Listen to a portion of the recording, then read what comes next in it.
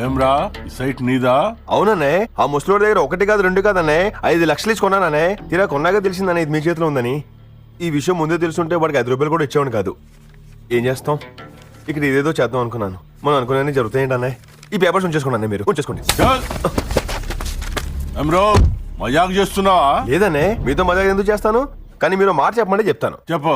ఈ site value 10 లక్షలు అన్నాయి. మీరు మహా డబుల్ చేసి అమ్మితే మీకు మిగిలేదు 10 లక్షలు అన్నాయి.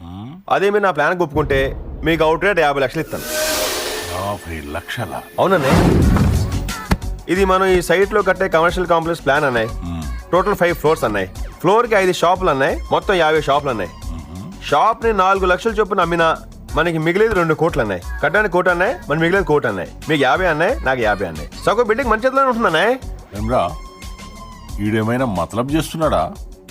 నువ్వేం పరిశాన్ పడకన్నా, సైట్ ఏం జోలు పెట్టుకొని పోతాడా?